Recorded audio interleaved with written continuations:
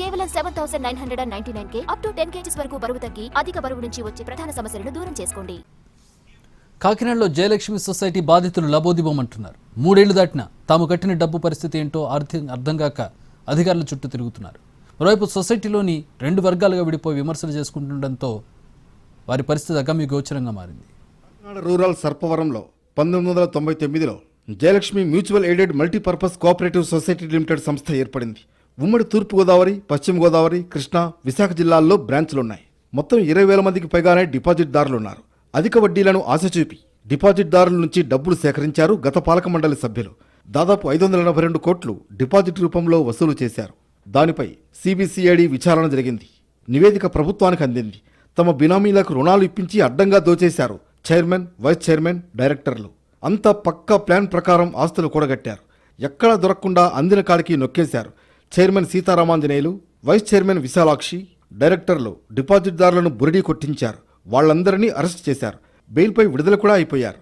బాధితులు, అధికారులు, ప్రజాప్రతినిధుల చుట్టూ తిరుగుతున్నారు. 3.5 ఏళ్లవుతున్నా ఎటువంటి ఉపయోగం లేకుండా పోయింది.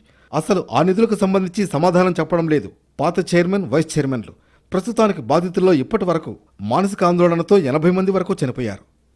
మోసం చేసిన ప్రధాన సూత్రధారులకు సంబంధించి సిఐడి కేసులు నమోదు చేసింది. 159 మంది నిందితులను కోర్టులో హాజరుపరిచింది. వారికి సంబంధించి 450 కోట్ల విలువైన 98 ఆస్తులను కోర్టుకు సమర్పించింది సిఐడి.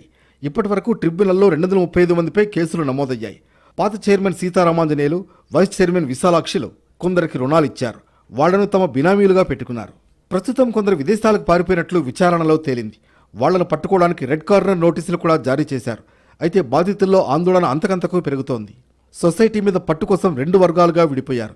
ఒకరంటే ఒకరికి పట్టడం లేదు. బాధితుల పేరిట రాజకీయాలు చేస్తున్నారు. వీటి వెనుక పాత వైస్ చైర్మన్ విశాలాక్షి ఉందని ప్రస్తుత పాలక మండలి సభ్యులు ఆరోపణలు చేస్తున్నారు. మొత్తానికి కోట్లు కోల్పోయి జయలక్ష్మి సొసైటీలో డిపాజిట్దారులు బాధితులుగా రోడ్డున పడ్డారు. నూతన ప్రభుత్వంలోనైనా తమకు న్యాయం జరుగుతుందని ఎదురుచూస్తున్నారు.